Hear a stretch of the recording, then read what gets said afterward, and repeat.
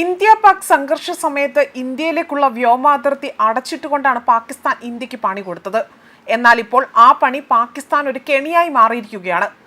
Indian വ്യോമാതിർത്തി അടച്ചിട്ടതോടുകൂടി തന്നെ ഇപ്പോൾ ഏകദേശം 4 ബില്യൺ രൂപ പാകിസ്ഥാന് വെള്ളത്തിലായി എന്ന റിപ്പോർട്ടുകൾ പുറത്തു വന്നിരിക്കുകയാണ്. ഇതോടെ പാകിസ്ഥാൻ സാമ്പത്തികമായി കൂടുതൽ സമ്മർദ്ദത്തിലാവുകയാണ്. ഇതോടെ കൊമ്പ് കോർക്കാൻ, അതായത് ഇന്ത്യയോട് കൊമ്പ് കോർക്കാൻ നിൽക്കുന്ന പാകിസ്ഥാനെ ഓരോ നിമിഷവും വരിഞ്ഞു മുറുക്കുകയാണ് ചെയ്തിരിക്കുന്നത് എന്നതാണ് മറ്റൊരു വസ്തുത. അതായത് ഇന്ത്യയുമായി നടന്ന സംഘർഷത്തിൽ പാകിസ്ഥാൻ സ്വീകരിച്ച നടപടിയിൽ വൻ നഷ്ടമാണ് അവർക്കുണ്ടായിരിക്കുന്നത്. അതിന്റെ വ്യാപ്തി അല്ലെങ്കിൽ അത് തെളിയിക്കുന്ന തെളിവുകളാണ് ഇപ്പോൾ പുറത്തുവിട്ടിരിക്കുന്നത്.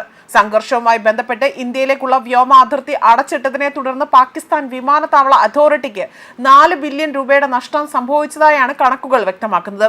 മൊത്തം വിമാന ഗതാഗതത്തിൽ 20% കുറവുണ്ട് എന്നതാണ് ഈ വലിയ നഷ്ടത്തിലേക്ക് നയിച്ചിരിക്കുന്നത് എന്നതാണ് വ്യക്തമാകുന്നത്.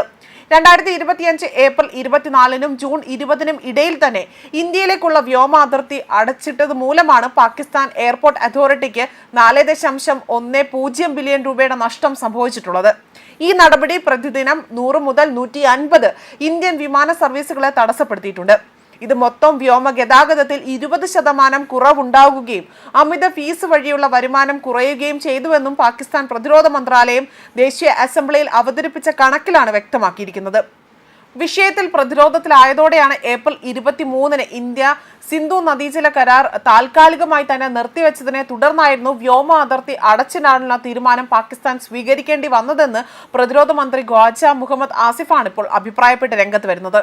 ഇന്ത്യയുടെ നയതന്ത്ര നടപടികൾക്കുള്ള പ്രതികാരമായാണ് പാകിസ്ഥാൻ ഇന്ത്യൻ വിമാനങ്ങൾക്ക് വ്യോമ അതിർത്തി അടച്ചിട്ടുകൊണ്ടുള്ള പണി കൊടുത്തത്. ഈ നീക്കമാണ് പാകിസ്ഥാൻ സർക്കാരിന് ഇപ്പോൾ കോടിക്കണക്കിന് രൂപയുടെ നഷ്ടമുണ്ടാക്കിയതായി വ്യക്തമാക്കുന്നത്. അതേസമയം ഓപ്പറേഷൻ സിന്ധുവിലൂടെ പാകിസ്ഥാനെ തകർത്ത് തരിപ്പണമാക്കിയപ്പോഴും തങ്ങൾക്ക് യാതൊരുവിധ നഷ്ടവും സംഭവിച്ചിട്ടുണ്ടായിരുന്നില്ല എന്നതാണ് പാകിസ്ഥാൻ പറയുന്നത്. എന്നാൽ കഴിഞ്ഞ ദിവസം ഇന്ത്യൻ സേന പുറത്തുവിട്ട സാറ്റലൈറ്റ് ചിത്രങ്ങളിലും വീഡിയോകളിലും ഗാസയ്ക്ക് സമാനമായ രീതിയിൽ തകർന്ന് തരിപ്പണമായി കിടക്കുന്ന ഷെഹബാസ് എയർബേസിന്റെ ചിത്രങ്ങൾ അല്ലെങ്കിൽ വീഡിയോകളാണ് പുറത്തു വന്നത്. എന്തുകൊണ്ട് വെടിനിർത്തൽ പാകിസ്ഥാൻ അതിനുവേണ്ടി അപേക്ഷിച്ചു എന്നതൊരു ചോദ്യചിഹ്നമാണ്. പാകിസ്ഥാൻ വ്യോമതാവളത്തിന്റെ റഡാർ തലകൾ വെട്ടിമാറ്റി ഇന്ത്യൻ മിസൈലുകൾ സംഹാര താണ്ഡവമാടിയെന്നത് ആ ചിത്രത്തിൽ നിന്നും വ്യക്തമാക്കാൻ സാധിക്കും. ഷെഹബാസ് എയർബേസ് ആകട്ടെ തകർന്നു കിടക്കുന്നത് ഗാസയ്ക്ക് സമാനമായ രീതിയിലാണ്. 1 ഡസനിലധികം പുതിയ ദൃശ്യങ്ങളായിരുന്നു ഇന്ത്യൻ സൈന്യം പുതുതായി തന്നെ പുറത്തുവിട്ടതും. എന്നാൽ കഴിഞ്ഞ ദിവസം പാകിസ്ഥാന്റെ പ്രതിരോധ മന്ത്രി ഖ്വാജ ആസിഫ് പറഞ്ഞത് തങ്ങളുടെ ഒരു വിമാനം പോലും തകർന്നിട്ടില്ല എന്നതായിരുന്നു.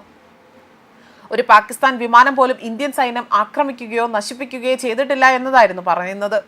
എന്നാൽ സാറ്റലൈറ്റ് ചിത്രങ്ങൾ കള്ളം പറയില്ല എന്നതാണ് വ്യക്തമാകുന്നത്. മാത്രമല്ല, ഈ ഓപ്പറേഷനിൽ പാകിസ്ഥാന്റെ 5 യുദ്ധവിമാനങ്ങൾ ഉൾപ്പെടെ 6 വിമാനങ്ങൾ തകർന്നു എന്നതാണ് വ്യോമസേന മേധാവി വെളിപ്പെടുത്തിയപ്പോൾ അപ്പോൾ തന്നെ പാകിസ്ഥാൻ അത് കള്ളമാണ് എന്ന് ആരോപിച്ചുകൊണ്ട് രംഗത്ത് വന്നു. എന്നാൽ ഈ ആരോപണം തെറ്റാണ് എന്ന് പിന്നീട് സൈന്യം പുറത്തുവിട്ട ഈ വീഡിയോകൾ തന്നെ തെളിയിക്കുകയാണ് ഉണ്ടായത്. ന്യൂസ് ഡെസ്ക് കർമ്മ ന്യൂസ്.